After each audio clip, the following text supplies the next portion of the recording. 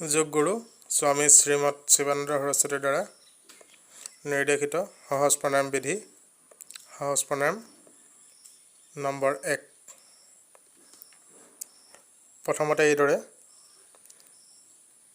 আমি দীঘল দি শুই পৰিম। হাত আৰু ভৰি দুখন লগলগি থাকিব। দুইখন হাত পোনকৈ শৰীৰৰ দুয়ো কাষে থাকিব। এতিয়া প্ৰথমতে আমি লাহে লাহে শ্বাস গ্ৰহণ কৰি দুইখন হাত ওপৰলৈ লৈ আহিম।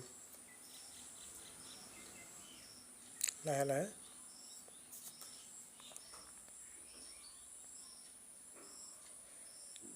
ইয়াৰ পিছত শ্বাস এৰি এৰি আমি আকৌ আগৰ পজিশ্যনলৈ দুইখন হাত লৈ যাম।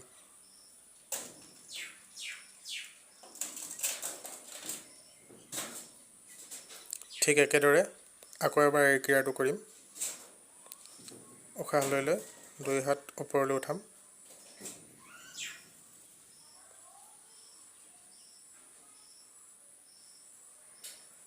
আৰু উশাহ এৰি এৰি আগৰ অৱস্থালৈ লৈ যাম।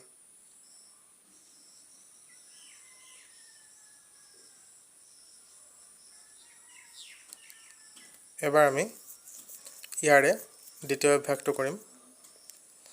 উশাহ লৈ লৈ প্ৰথমতে সোঁ ভৰি ভাঁজ নকৰাকৈ আমি ওপৰলৈ তুলিম।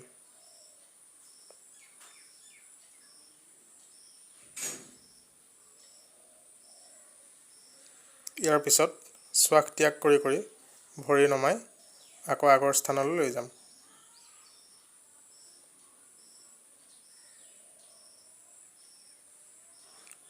ঠিক একেদৰে আমি বাওঁভৰিয়ে কৰিম। শ্বাস লৈ লৈ ওপৰলৈ আঁঠুত কোনো ভাঁজ নোহোৱাকৈ উঠাই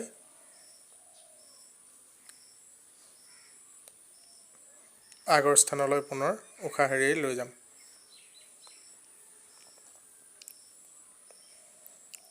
এইদৰে 2-3বাৰকৈ এইটো অভ্যাস কৰিব লাগে। সময় হিচাপত 2-1 মিনিট প্ৰতিটো ক্ৰিয়াক সময় দিয়া ভাল। এই প্ৰণায়ামৰ দ্বাৰা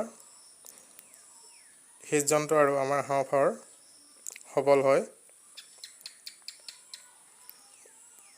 বৃদ্ধ অৱস্থাত ভৰি আৰু হাতৰ যি বিষ, গাঁঠি বিষ আদি হ'ব পাৰে সেইসমূহ ই প্ৰতিৰোধ কৰিব পাৰে আৰু ছাত্ৰ ছাত্ৰীৰ বাবে ই অতি উপযোগী তথা পানী লগা কাহ আদিৰ বাবেও ই ভাল কাম কৰে।